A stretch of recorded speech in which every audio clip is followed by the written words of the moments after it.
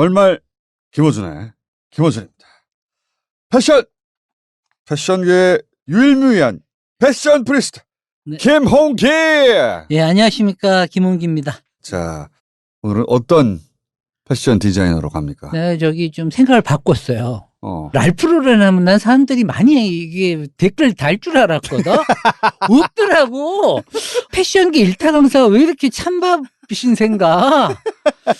계층에 상관없이, 성별에 상관없이, 나이에 상관없이 모든 사람들한테 낚시를 좀 해야 되겠다라는 생각에 신발이요, 이런 신발. 그래서 그 신발 스니커즈에 대한 얘기를 한번 해보기로 합니다. 패션 디자이너가 아니라 패션 아이템. 그렇죠.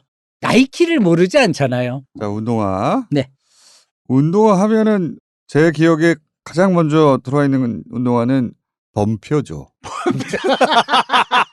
이야. 범표 타이거. 네. 제가 이제 초등학교 시절에 범표 타이거가 제일 갖고 싶은 운동화였고, 왜냐면 그 이전에 이 신발들은 이름이 뭐였냐면 왕자표, 그렇죠.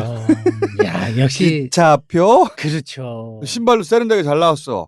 그 다음에 왕자표가 프로스펙스, 프로스펙스. 그렇죠. 기차표가 르카프. 맞아요. 왕자표, 기차표가 프로스펙스, 르카프로 바뀌는 그 와중에 아디다스. 그렇죠. 그 다음에 리복. 광고로 데이트를 쳤던. 역시, 그렇죠. 그거 흉내 많이 냈잖아요. 이종훈 씨가 갑자기 뛰면서 네. 의자를 짚고 탁 넘어가는 그렇죠. 리복. 엄청난 반향을 일으켰던. 네. 하지만 나이키가 모든 걸 편정했다. 내가 초등학교 6학년 때 나이키를 신었었는데. 근데 그 당시에 저희 아직도 기억하는 게 아버지가 그거 사주면서 기함을 했어요. 무슨 어른 구두값이냐고 12,000원이었거든요. 왜냐면 타이거가 나면서 4,000원, 어머, 운동화가 4,000원이나? 예. 그런 시절에 갑자기 이걸 서너 배 뛰어넘어가지고 10,000원이 넘어갔거든요, 그때. 놀랬어요. 나이키가. 네. 아니, 신발이 어떻게 10,000원을 넘어갈 수가 있나. 그렇죠. 아직도 기억납니다. 라고 하면 모두가 갖고 싶어 했죠. 그렇죠. 그게 질의 그래서 상징이었으니까. 나이키를 신는 아이들과 신지 못하는 아이들로 구분되면서 그렇죠. 나이키를 못 신는 아이들은 고무신에 나이키 로고를 그리기 시작했지. 그 정도는 아니었던 것 같고 그때 그 브랜드들의 전쟁이 본격적으로 시작이 됐던 맞습니다. 것 같아요. 나이키를 신는 멤버와 그 아식스라고 불리는 아식스도 있었지. 그렇죠. 오니츠카 타이거라고 걔네가 아식스로 이름을 바꿨죠. 얘네랑 원래 장사하다가 독립한 애들이 나이키예요. 원래는. 그때 프로스펙스 나왔고. 80년대 생각해보면 80년대 국내 신발 브랜드가 춘추 전국시대였어요. 그렇죠. 전국시대요. 맞아. 그 표현이 맞아요. 우리 브랜드들이 살아있을 때 다. 네. 원조가 되는 그 흐름은 타이거가 열었다. 타이거. 맞아요. 타이거가 오래 하지 못했어요. 근데. 왜냐면 이제 프로스펙스하고 예. 르카프가 세련되게 나왔기 그렇죠. 때문에. 근데 이제 나이키가 이제 가죽 신발을 가죽으로 만든단 말인가? 그렇죠. 가죽 운동화. 그것이 이후에 평정이 됐죠. 가죽 네. 운동화 나오면서 모든 게 다 평정이 됐죠. 음. 네. 저거를 타야 한다. 그렇죠. 그 어떤 흐름에 저항하느라고 고무신에다가 나이키 로고 그려가지고 네. 신고 다니는 애들이 있었어요 그때. 그 나이키 로고가 어떻게 그려졌는지는 알고 계세요, 혹시? 그 승리의 여신. 승리의 신 나이키인 거고 우리가 흔히 스우시라고 해서 이 나이키 표시 있잖아요, 로고. 그 필나이트라고 창립자 얘가 회계사예요. MBA를 하는데 회사를 차려놓고 신발 장사를 했거든요. 돈이 부족하니까 야간 대학원에 이제 강의를 하러 나갔어요. 그때 다닐 때 수업을 들었던 디자인과 여자 학생한테 뗄랑 35불 주고 디자인 좀 해봐라. 그래 받았던 거예요. 오늘 그게 세계적인 브랜드가 됐죠. 자, 그런 네. 이 운동화 스니커스를 얘기한다. 네. 그런 거 많잖아요. 뭐 세상을 바꾼 뭐 질병들, 세상을 바꾼 발명품들. 그런 거 있죠. 패션계에서 세상을 바꾼 발명품 중에 하나라고 하면 이 스니커즈라는 게 꼭 들어간다라고 생각을 해요. 매일 만들어진 게 전 세계적으로 7천만 족 정도의 신발이 만들어진단 말이에요. 매일. 그래서 전 세계적으로 연간 260억 켤레의 신발이 만들어집니다. 그 많은 신발들은 다 어디에 갔을까요? 그 신발들은 도대체가. 신발장 어딘가에. 근데 미국에서 통계를 내봤더니 개인별로 12개가 나오더라고요. 스니커즈가? 예, 네. 어떤 분 좋아하세요? 근데 지금은 특별한 브랜드 소로가 없어요. 그 신발의 질들은 대부분 평준화됐으니까. 똑같이 평준화고. 평준화됐으니까 네. 그냥 눈에 띄는 디자인 그게 뭐 나이키든 아디다스든 뭐 개의치 않고 저는 브랜드. 그렇죠. 저도 개의치는 않습니다. 그래서 그런 브랜드들을 얘기하는 것보다 스니커즈라고 하는 문화적인 상품에 대한 얘기들을 한번 해볼 필요가 있겠다는 생각이 드는 거예요. 어떻게 탄생했는가. 그렇죠. 그 시작은 놀랍게 이 남아메리카와 중앙아메리카의 저 숲에서 시작을 합니다. 거기에서 만나는 어떤 물질에서 시작이 돼요. 아, 고무? 그렇죠. 라텍스. 그 하얀색 라텍스. 액체 고무는 라텍스고. 그렇죠. 네. 고무 나무에서 나오는 거. 그렇죠. 하루 죽어라고 받아봐야 요만한 컵에 한 컵 받는 거. 그 물질 하나 때문에 사람들이 수없이 죽고 짓밟히고 폭력에 휘말리고 전쟁이 일어나고 그런 수많은 일들이 벌어지게 됩니다. 영국 애들이 그거 발명해가지고. 그거 알고 계시네요. 맞습니다. 식민지 플랜테이션이 거기서 시작된 거죠. 맞습니다. 네. 그래서 1820년대 브라질에서 미국하고 유럽을 놓고 수출한 물품이 하나 있었어요. 그게 바로 이 라텍스를 이용해서 만든 고무 덧신이었습니다. 너네가 신는 신발 위에 요거 신으니 너무 좋은 거예요. 가성비가 끝판이에요. 고무신이 거기서 나왔구나. 그렇죠. 먼저. 고무신이에요. 그 덧신이에요, 원래는. 가죽 신발 에다가 덧 신는 거. 위에. 네. 아하. 근데 이 당시엔 이게 고가였습니다. 재료가 쉽게 나지 않고 생산성이 떨어졌으니까. 가죽 신발 위에 고무 덧신으로 보호하고. 비 오는 날. 비 오는 날. 그렇지. 그렇죠. 이런 날 좋죠. 그게 가죽보다 신축성도 좋고 방수성이 무려 5배가 좋아요. 그렇지. 이러니까 영국 놈들이 냄새를 맡은 거죠. 이걸 어떻게 해서든 차지하면 좋겠는데 이게 사실은 전쟁의 원인이에요, 이게. 세계대전에. 그리고 2차 세계대전 때 일본 놈들이 가장. 일본 놈들. 예. 왜요?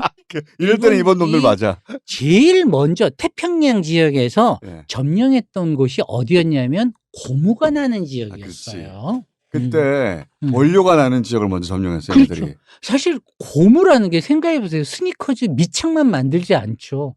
타이어 만들죠. 건축 자재 만들죠. 그렇지. 전쟁 날 때 그 부교라고 그죠. 그 뜨는 다리. 그거 만들 때 뭘로 만들어요? 고무 만들고 온통 고무가 많이 사용이 되니까. 전쟁 물자라도 꼭 필요한 거지. 그러니까 난리가 났습니다. 그때 일본 놈들 맞아 그런 거는. 맞아요. 근데 이 고무라는 게 한 가지 안 좋은 게 뜨거우면 녹고 겨울에는 찢어져요. 불안정하죠. 냄새도 나요. 원래 초기에는 그러다 보니까 이걸 내구성을 좋게 하려고 많은 사람들이 달라붙죠. 학자들이며 과학자들 뭐 이런 실험가들. 그때 요 발명을 한 놈이 있습니다. 여러분들은 자꾸 타이어 회사 이름으로 알고 있는데 구디어라고. 구디어가 타이어 회사가 아니야. 타이어 회사인데 구디어는 발명가였죠. 구디어는 발명가였고. 이 사람 죽고 나서 40년 후에야 그 회사가 설립이 된 거고 이 구디어가 라텍스에다가 유황이란 걸 집어넣으면 이게 내구성이 되게 좋아진다는 걸 알게 된 거죠. 근데 여기에서 오늘날 우리가 알고 있는 소비재들 이거 다 시작입니다. 이제. 오리지널 고무는 상업적으로 쓰기에는 대단히 불완전한 소재였다. 그게 이제 극복이 됐던 거죠. 여기서 황을 첨가해서 그렇죠. 열이나 추위에 영향을 덜 받는 그러면서 탄성을 유지하는 물질을 만들었어. 맞습니다. 근데 항상 그렇듯이 초기예요. 초기. 소량만 만들어지던 시대다 보니까 어때요? 고무라는 거는 오늘날로 치면 럭셔리예요. 에르메스 가죽이에요. 그러니까 비싼 거라. 비싼 거나 처음에는. 그러니까 19세기 산업혁명 일어나고 새롭게 신흥 부자들이 휴양지 가서 쉬고 레저하고 이런 라이프 스타일을 보고 따라하고 싶어 하잖아요. 근데 뭐든지 우리 알잖아요.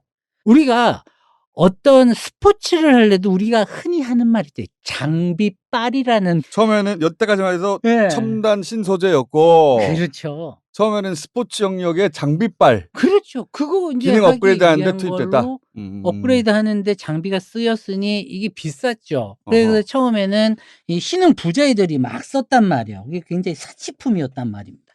근데 요게 사치품이라는 건 많은 사람들이 채택하면서 점점 가격대가 떨어지기 네. 마련이에요. 그 시작을 알린 게 바로 테니스였습니다. 테니스?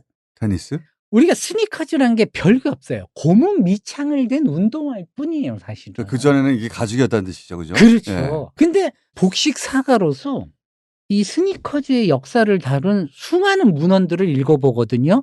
주장이 다 틀려요. 16세기로까지 거슬러 올라갑니다. 스니커스 역사가. 예, 이게 헨리 8세, 이 엘리자베스 여왕의 아빠, 이 르네상스 시대에 독재자 군주가 하나 있었잖아요. 얘가 이 초상화 보면 되게 뚱뚱해요, 헨리 8세가. 이 몸은 작은데 고기를 하도 먹어가지고 총수만큼 고기를 많이 사랑했던 거지. 살을 빼라고 어이가 이제 의사가 자꾸 얘기를 하니까 어이가 없는 이 자식 이러면서 어쨌든 다이어트를 하기로 합니다. 그러면서 했던 게 어이가 없네 이 뭐냐면 자식. 갑자기 80년대 뭐가. 죄송합니다.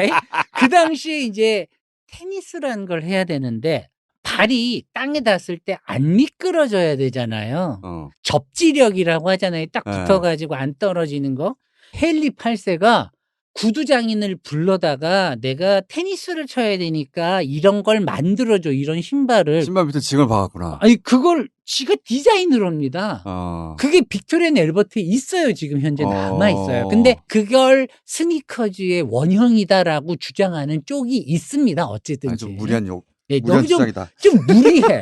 하여튼 영국 놈들이 모든 걸 지가 원조라라고. 근데 1874년 요때 월터 클롭튼 윙필드라는 사람이 뭘 만들었냐면 기존의 테니스 시합을 간소화해서 오늘날의 테니스 시합을 만든 겁니다. 아하, 테니스 예. 룰을 정비를 만들고 해서 정비를 하고 표준화했다. 그렇죠. 이게 인기를 끌어요. 귀족들한테. 네. 그런데 테니스 코트 만들어야 되지 않습니까? 네. 잔디밭으로 만들어야 되거든요. 귀족들이 자기 사유지로 만들었던 거예요. 사유지 안에 테니스 코트를 만들었는데 기존에 스파이크를 박은 거를 하면 잔디가 이제 상하잖아요. 뭉개지지. 안 되겠다. 스파이크가 박힌 거 말고 고무 밑창이 달린 거를 신지 않으면 경기를 할 수 없게끔 이런 기록이 남아 있습니다. 그럼 쉽게 말하면 이미 잔디 보호를 위해서 그렇죠. 잔디 보호. 잔디 보호에 적합한 운동화가 등장해 줬어야 했어. 그렇죠.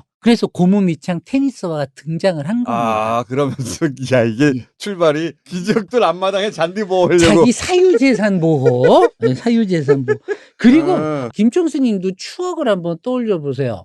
지방에서 초등학교를 나왔습니다마는 오래된 초등학교여가지고 실내 체육관이 그 안에 있어요. 강당이라 그랬죠. 저희가 왜 실내 강당이 바닥에 마루가 깔려 있었어요. 실내 강당은 무조건 마루가 바닥. 그렇죠. 거기서 스포츠 활동을 또 했었지 그렇죠. 않습니까? 마루가 바닥이지. 아직도 기억이 나는 게 강당에 갈 때는 고무로 만든 실내화를 신었어요. 하얀색 실내화. 밑창단 실내화. 그거 기억 혹시 나세요? 저는 하얀색. 교실 복도가 나무로 돼 있었어요. 그래서 바닥이 고무로 된 실내화를 실었어야 했어. 맞죠. 그래가지고 아직도 기억나는 게 저 초등학교 때 맨날 했던 게 마룻바닥에 양초 칠하고 이거 열심히 걸레질 하는 거였어요. 애들한테 그걸 시켰어. 아동 학대지. 그걸 어쩜 그때 그렇게 열심히 했는지. 그 바닥에 그거 칠한 거의 다음에 1시간씩 했어요. 왜 초를 먹였지 그때? 그렇게 하면 그 나무가 이렇게 안 상하고 윤기가 난다고 선생님들은 그랬는데 그게요. 우리가 시작한 게 아니더라고요. 그렇게 한 게. 1844년에 YMCA라고 뭐죠? 맨 크리스천 어소시에이션인가 뭐 그렇죠. 이게 어떻게 목사가 YMCA를 모르니? 그러면 안 되는데 이때 이제 1844년에 22살의 청년이었습니다. 이게 조지 윌리엄스라는 애가 런던에서 만든 기관이죠. YMCA가. 근데 이게 사실은